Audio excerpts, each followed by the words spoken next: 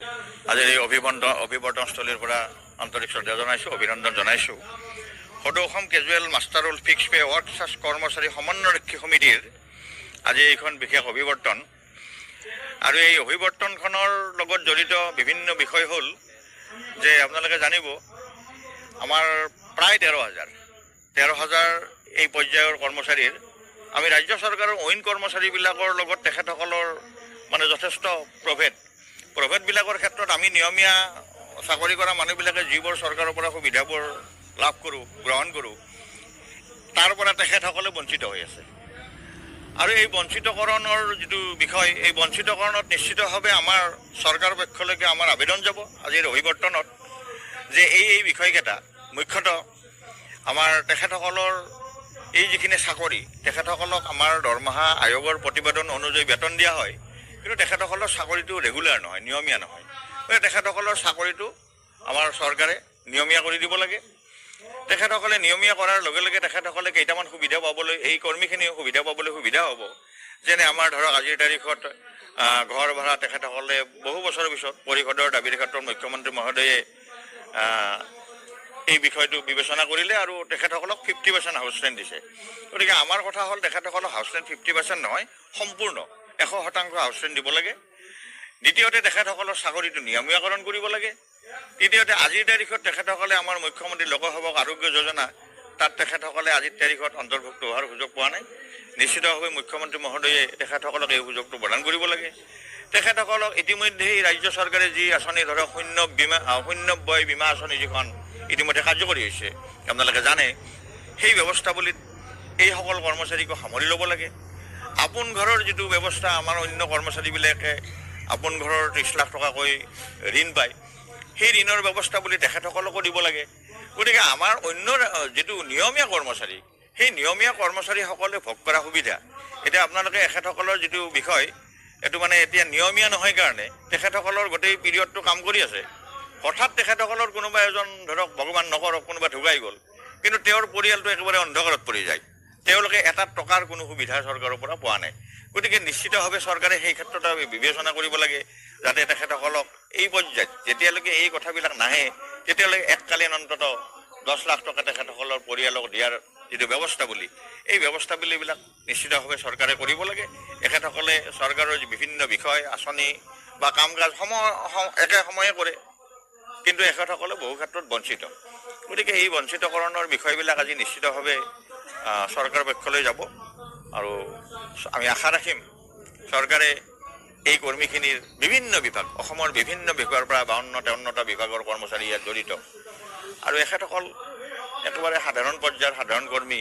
গতিকে এখেতসকলক একেবাৰে সাধাৰণ পৰ্যায়ৰ পৰা উন্নত কৰাটোৱে আমাৰ মূল উদ্দেশ্য, মূল লক্ষ্য। আৰু এই উদ্দেশ্য লৈ আজি এই অভিৱৰ্তনখন অনুষ্ঠিত হৈছে।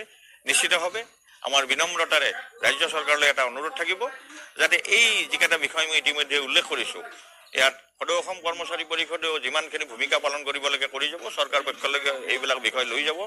ইতিমধ্যে আমি নিয়ে আছোঁ, বিগত সময়ত কেইবাটাও সমস্যা চৰকাৰে সমাধান কৰিছে, তাৰ কাৰণে আমি অভিনন্দন জনাইছোঁ, ধন্যবাদ জনাইছোঁ, আদৰণি জনাইছোঁ চৰকাৰক।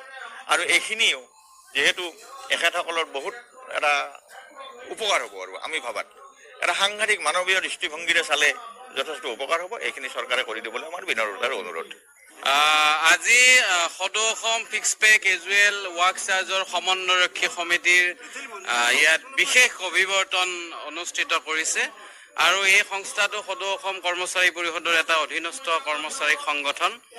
অসম চৰকাৰৰ অধীনস্থ 52টা বিভাগত এনেকুৱা 13,000 কৰ্মচাৰী আছে, যিসকলে নিয়মীয়া দৰমহা পায় কিন্তু চাকৰি নিয়মীয়া নহয়। খুব দুখ আছে, তেখেতসকল যথেষ্ট বঞ্চনাৰ বলি হৈছে।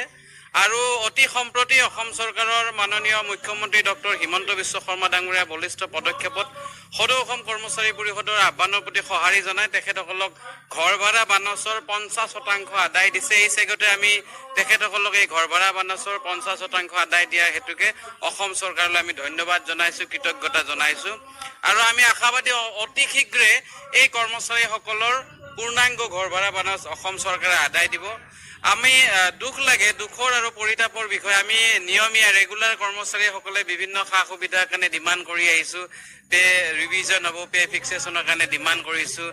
NPS ব্যৱস্থা, OPS হ'ব লাগে, আমাৰ যি অৱসৰকালীন জীৱনৰ নিৰাপত্তা সুনিশ্চিত হ'ব লাগে, তাক লৈ দাবী জনাইছোঁ। কিন্তু দুখ লাগে আৰু পৰিতাপৰ বিষয় যে এই যে 52টা ডিপাৰ্টমেণ্টত এই 13,000 কেজুৱেল ফিক্স পে ৱাৰ্ক চাৰ্জৰ আমাৰ সন্মানীয় কৰ্মচাৰী সতীৰ্থসকল আছে, তেখেতসকলে কিন্তু কাইলৈ যদি ৰিটায়াৰমেণ্টত গুচি যায় 1 টকাও নাপায়। আৰু কাইলৈ যদি তেখেতসকলে এই পৃথিৱী ত্যাগ কৰি ইহলোক গমন কৰিবলগীয়া হয়, তাতো 1 টকাৰো কোনো ধৰণৰ অৰিহণা নাই, যিটোৱে বৰ পৰিতাপৰ বিষয়। বিগত সময়ত এনেকুৱা ঘটনা ঘটিছে, কেজুৱেল ফিক্স পে মাষ্টাৰ ৰোলৰ মানুহ ঢুকাইছে, অন্ত্যেষ্টিক্ৰিয়া কৰিবলৈকে পইচাৰ অভাৱ হোৱা পৰিলক্ষিত হৈছে। গতিকে এই যি ব্যৱস্থা, এই ব্যৱস্থা হ'ব লাগে। আজিৰ এখেতসকলে আয়োজন কৰা এই বিশেষ অভিৱৰ্তনৰ উদ্দেশ্য দুটা। প্ৰথম উদ্দেশ্যটো হৈছে যে অসম চৰকাৰে তেখেতসকলক ঘৰ ভাড়া বানচ 50% আদায় দিছে। কৃতজ্ঞতা জনোৱাৰ বাবে অসম চৰকাৰৰ মুখ্যমন্ত্ৰী মহোদয়কে কেইবাগৰাকীও মন্ত্ৰীক তেখেতসকলে আমন্ত্ৰণ জনোৱা বুলি কৈছে। তেখেতসকলে কৃতজ্ঞতা জনোৱাৰ বাবে ইয়াত সমবেত হৈছে।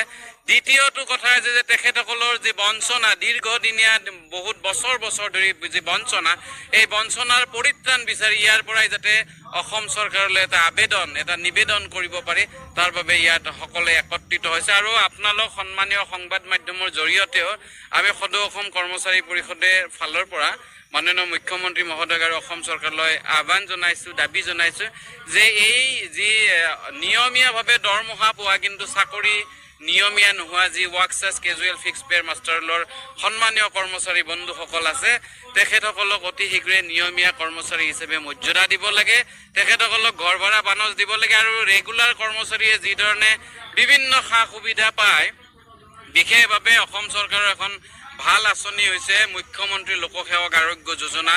এই আঁচনিটো এই কৰ্মচাৰীসকলক অন্তৰ্ভুক্ত কৰিব লাগে, ইতিমধ্যে দাবী জনাইছোঁ। আৰু আমি আশাবাদী আগন্তুক দিনত খুব ভাল বাৰ্তা এটা অসম চৰকাৰলৈ আমাৰ এই কৰ্মচাৰীসকলে পাবলৈ সমৰ্থবান হ'ব, সক্ষম হ'ব, সেই আশা ৰাখিছোঁ। আৰু আপোনালোক সদৌজনৰে যোগাত্মক আমি সহযোগিতা কামনা কৰিছোঁ। কাৰণ কিয় গণতন্ত্ৰৰ চতুৰ্থ স্তম্ভই হৈছে সংবাদ মাধ্যম।